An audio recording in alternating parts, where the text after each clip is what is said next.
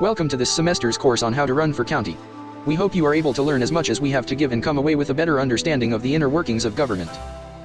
Preface: what is a county but a smaller division of the state where the sovereign of the county is the mayor? As the governor presides over the state, the county mayors preside over the counties within the state. This book explains how counties function so that county mayors and those aspiring to be so may inform themselves of the duties and responsibilities expected of them when in office. Using the model of the most current Shelby County Charter, we discuss the theory and rationale behind what makes a county fall in line with the requirements necessary for compliance with the state. Other counties may have different charters, but in general they all should have the same attributes. An advocate for the state and the residents therein, mayors control taxes while protecting lawful citizens from their opposite.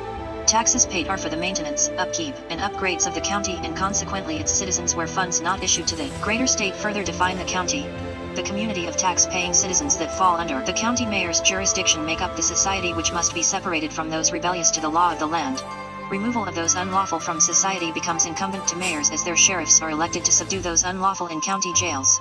The sheriff is to those incarcerated what the mayor is to law-abiding citizens, and as an extension of the mayor's hand the sheriff finds criminals salient while the mayor does those in peace and harmony. In maintaining peace and harmony, mayors must ensure the laws of the state and greater nation are upheld so that commerce and agriculture may be maximized. As we all attempt to perfect what we do, there is always room for improvement, from the doctor to the cobbler, or even one who digs trenches. The mayor knows when peace and tranquility improve by the amount of taxes collected, as the harmony of those who follow the law result in increased tax revenue. That harmony depends upon the charisma of mayors, which is proven by their election, but before running this book is suggested reading to maximize achievement. Introduction.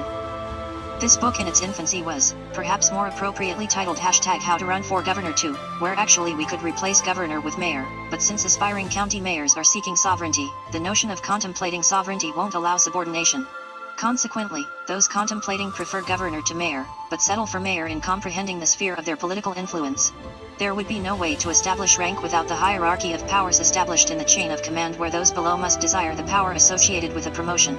Thus, the county mayor must desire the power of the governor in order to faithfully execute his or her position as one of the governor's subordinate officers.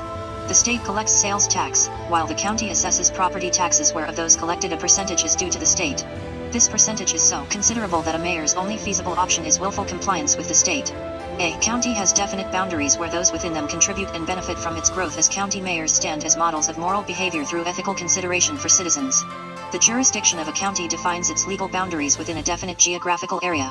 There are few straight lines defining counties, as their boundaries are more often than not subject to arbitrary geographical and otherwise natural features such as rivers, mountain ranges, or pre-existing claims to land where claimants also express allegiance to another county's taxation. For instance, Shelby County, Alabama, has a much more fluid jurisdiction than Shelby County, Tennessee, whose main fluid boundary is the Mississippi River. Straight lines are predefined state boundaries longitudinally or to either side of a line of latitude, where agreements in a county's charter restricts development past a neighboring county's line.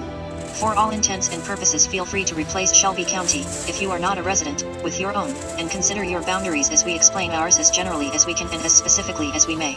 Those within the geographical boundaries contribute to the county's growth, while consequently benefiting from it. It is not just that the government only wants to tax citizens as if taxes were some type of donation to charity or a scramble to take as much money from the people as it can. Tax dollars are ours to control through the administration voters select as representatives, but the government is constantly progressing with time, as we all should be, so whether we make a lot or a little, we can't forget the constant of taxation that provides justice and equality for all citizens. The government isn't in the business of making money, as it doesn't want any more than residents owe. If one doesn't want to pay taxes, they are either poor, autonomous, or see themselves as sovereign, where none could be the case. A model of moral behavior, county mayors stand with an ethical motivation for those under their auspices. It is understood that elected officers used morality to solidify their positions, but right and wrong are similar to good and bad, but actually not so much so. As one may be right and good, right and bad, or wrong and good, being wrong and bad is more often than not improbable. We expect county mayors to be both morally right and ethically good, because being as such, citizens feel more comfortable contributing their fair share in taxes. With less complaints against those right and good, the mayor and his or her elected subordinates seek to fill positions under them from citizens who are likewise right and good. As good begets good and evil, the nucleus of positive county administration has the mayor at its center, and the malignant cancer of lawlessness is suppressed, and goodness reigns throughout the body.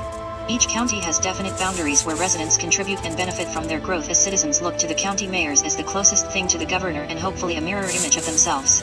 Shelby County anchors our elongated state bordered by the Mississippi River, the state of Mississippi, Tipton, and Fayette counties in Arkansas. In 2010 the census report indicated a population of 927,644 where the county seat is the city of Memphis.